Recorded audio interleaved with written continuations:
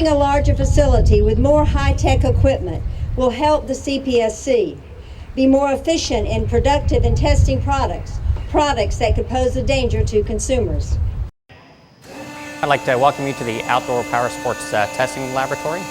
This laboratory is equipped with data acquisition equipment as well as this tilt table built into the floor where we perform the park and brake test that is part of the standard. As you can see, the vehicle on the left continues to move. The standard says that the vehicle should be able to maintain its position on this slope facing both downhill, forwards and backwards for 5 minutes without failing, and clearly the one on the left has not passed that test. This is the cyclic testing lab. What we do here is we simulate the lifetime of use for cribs, for example, by running them through our crib shaker test, crib impactor test, side rail impact test, and then our slat test.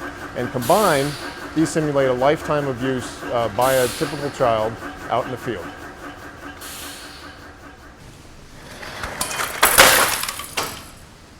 This is the durable children's product testing area. We have the toy lab also over here, and what I'm going to be showing you guys today is the walker stair test. And what we're looking for are skid pads on the underside of the baby walker. Right now there's only casters on it. There should be rubber pads here so that when it falls over the stairs it stops short and doesn't tumble. The velocity of the 8-pound weight falling will create a set speed that we know a child can achieve.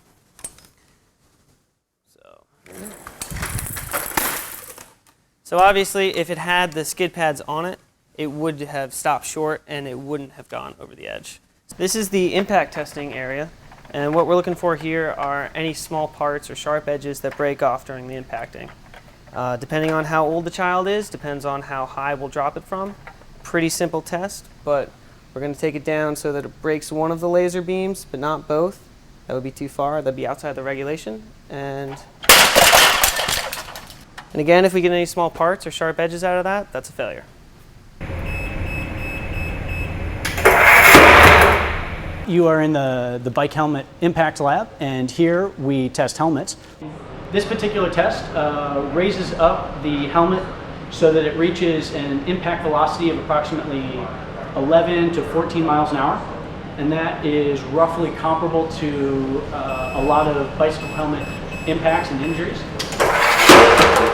This is an important test because it ensures that bike helmets comply with the federal regulations.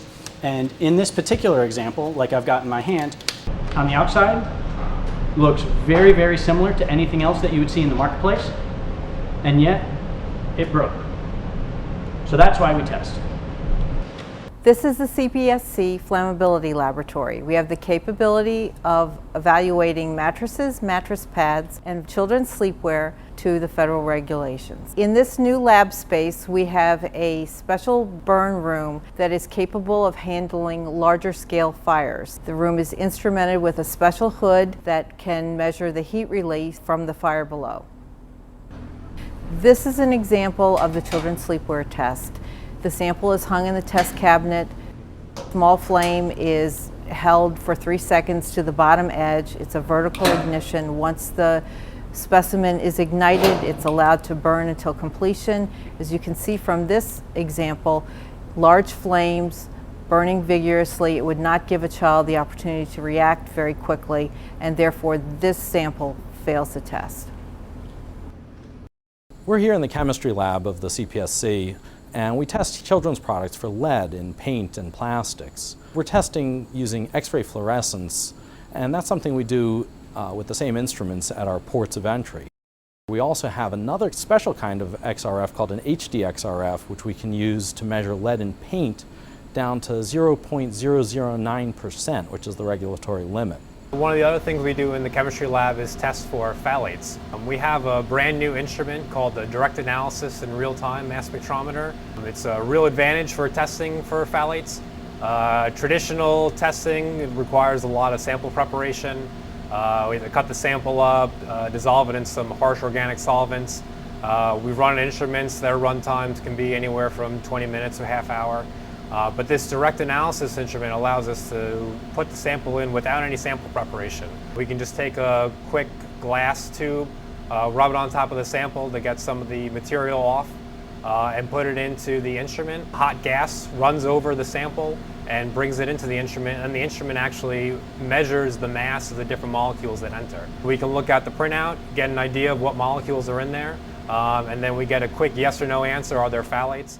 The CPSC stands for safety, and this state-of-the-art facility is a testament to our renewed commitment in keeping families safe.